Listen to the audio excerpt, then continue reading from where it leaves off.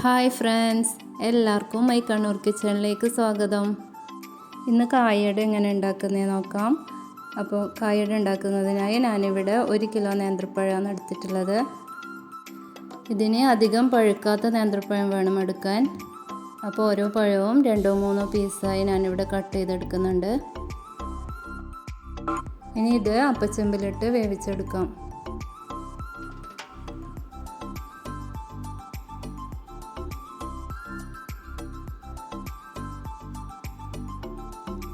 ഇപ്പോൾ ഇവിടെ നേന്ത്രപ്പഴം നന്നായി വെന്ത് വന്നിട്ടുണ്ട്. ഇനി നമുക്കിതൊരു പാത്രത്തിലേക്ക് മാറ്റാം. ഇനി ഇത് ചൂടോടുകൂടി തന്നെ നമുക്ക് ഉടച്ചെടുക്കാം. വീഡിയോയിൽ കാണുന്നത് പോലെ എഗ് ബീറ്റർ ഉപയോഗിച്ച് പഴം ഉടച്ചെടുക്കുകയാണെങ്കിൽ നമുക്ക് പണി വളരെ ഈസിയാവും. അപ്പോൾ ഇതുപോലെ ചെയ്യാത്ത ആരെങ്കിലും ഉണ്ടെങ്കിൽ ഒന്ന് ട്രൈ ചെയ്ത് നോക്കണം. അപ്പോൾ നമ്മുടെ പഴമൊക്കെ ഇവിടെ നന്നായി ഉടച്ചെടുത്തിട്ടുണ്ട്.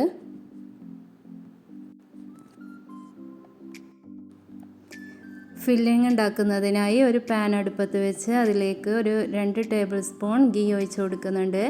ഇനി ഇതിലേക്ക് അണ്ടിപ്പരിപ്പ് ചെറുതായി മുറിച്ചത് ചേർത്ത് കൊടുക്കാം.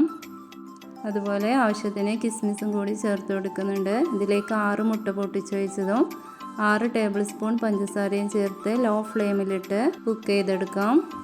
അവസാനമായി 1 ടീസ്പൂൺ ഏലക്കാപ്പൊടി കൂടി ചേർത്ത് കൊടുക്കാം.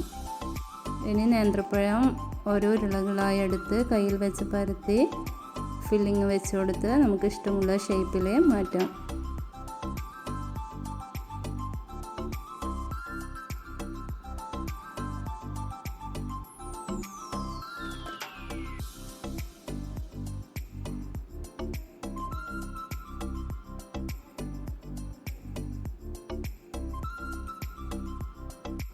ഒരു കിലോ നേന്ത്രപ്പഴം വെച്ച് നമുക്ക് ഏകദേശം 20 കായട ഉണ്ടാക്കിയെടുക്കാം.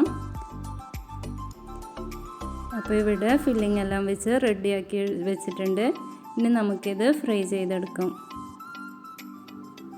ഒരു പാനിൽ വെളിച്ചെണ്ണ ഒഴിച്ച് ചൂടാവുമ്പോൾ നമുക്ക് അടകൾ അതിൽ ചേർത്ത് ഫ്രൈ ചെയ്തെടുക്കാം.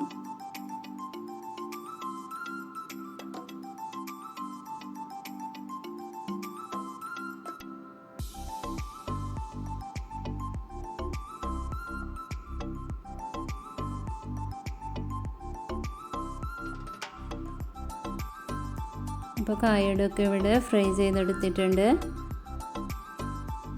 വീഡിയോ ഇഷ്ടമാവുകയാണെങ്കിൽ ലൈക്ക് ചെയ്യാനും ഷെയർ ചെയ്യാനും സബ്സ്ക്രൈബ് ചെയ്യാനും മറന്നു പോകരുത്. Thanks for watching. ബൈ.